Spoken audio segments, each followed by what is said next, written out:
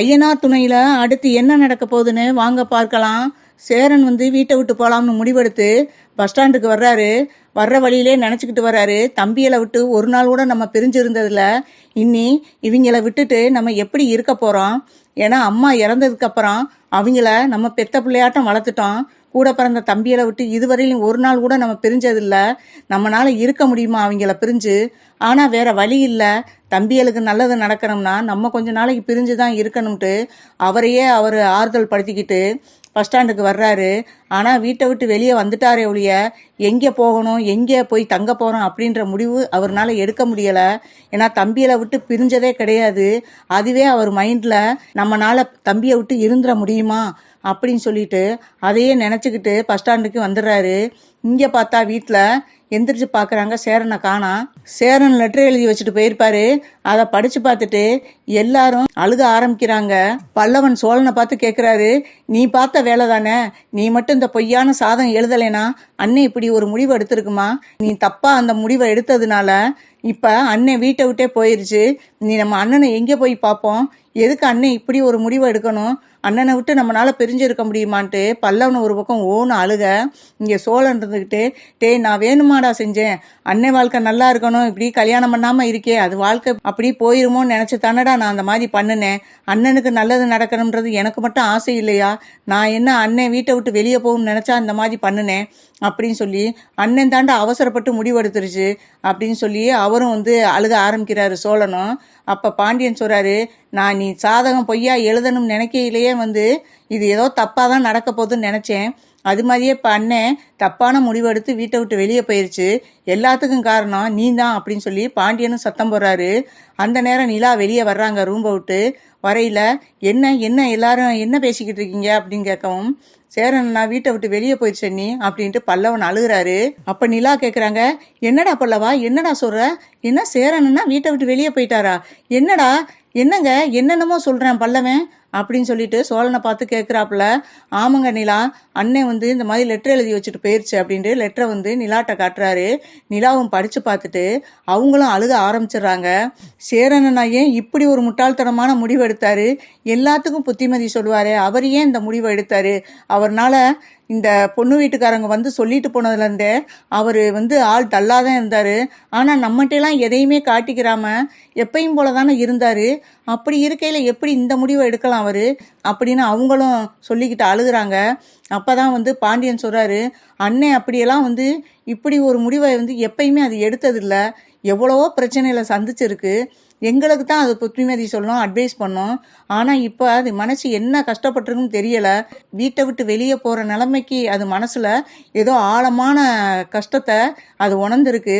அதனால தான் வீட்டை விட்டு போயிருக்கு. ஏன்னா அண்ணன் அப்படியாப்பட்ட ஆளே கிடையாது அப்படின்னு சொல்லிட்டு பாண்டியனும் சொல்கிறாரு. சரி, இப்படி பேசிக்கிட்டே இருந்தால் சரியாக வராது. ஆளுக்கு ஒரு பக்கமாக நம்ம தேட ஆரம்பிப்போம்.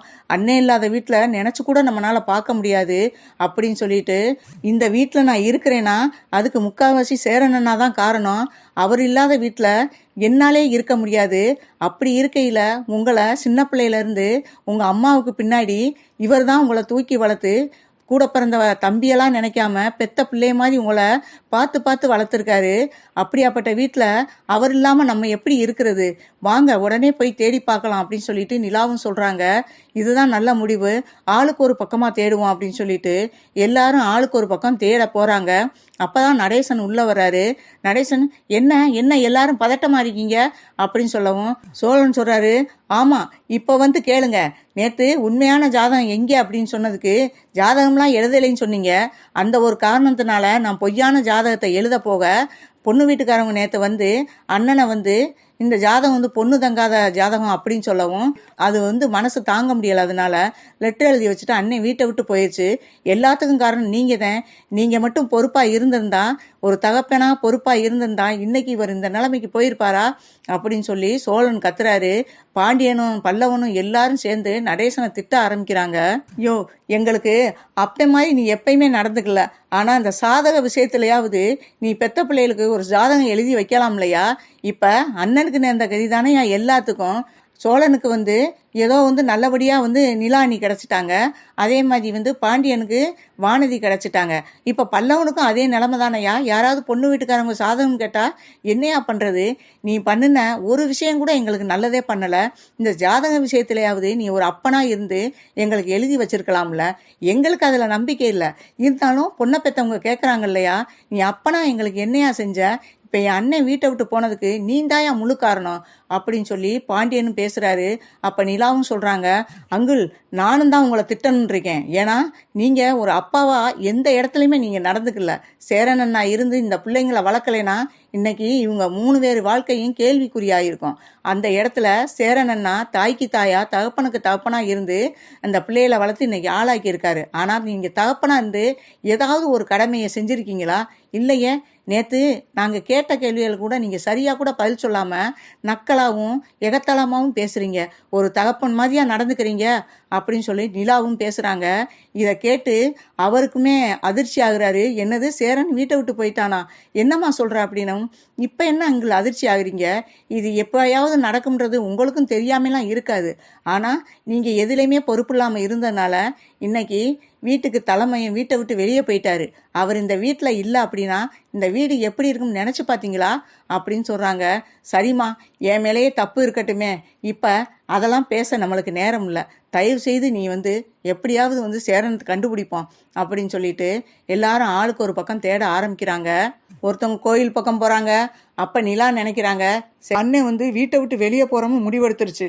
அவங்க ஒரு வேளை பஸ் ஏறி ஏதாவது வெளியூர்களுக்கு போயிட்டா அப்படின்னு சொல்கிறாங்க. ஆமாம், அண்ணன் அப்படி செய்கிறதுக்கு அதிக வாய்ப்பு இருக்குது அப்படின்னு சொல்லவும், ஏன்னா இங்கே இருந்தால் நம்ம அண்ணனை கூட்டிகிட்டு வந்துடுவோம். அதனால் அண்ணன் எப்படியும் வீட்டை விட்டு போச்சுன்னா அது எங்கேயாவது வெளியூர் போகிற மாதிரி தான் போயிருக்கணும் அப்படின்னு சொல்லவும், வாங்குங்க போய் பார்க்கலாம் அப்படின்ட்டு அதே மாதிரி பஸ் ஸ்டாண்டுக்கு வராங்க. பஸ் ஸ்டாப்பில் பஸ்ஸுக்காக உட்காந்துருக்காரு. கரெக்டாக பஸ்ஸும் வருது. ஏற போவையில் கையை பிடிச்சறாங்க 2 பேருமே, சோழனும் நிலாவும். என்னண்ணா பண்ணுறீங்க அப்படின்னு சொல்லிட்டு நிலா கேட்குறாங்க. அப்போ சோழன் கேட்குறாரு, ஏனே இப்படி ஒரு தப்பான முடிவை பண்ணின?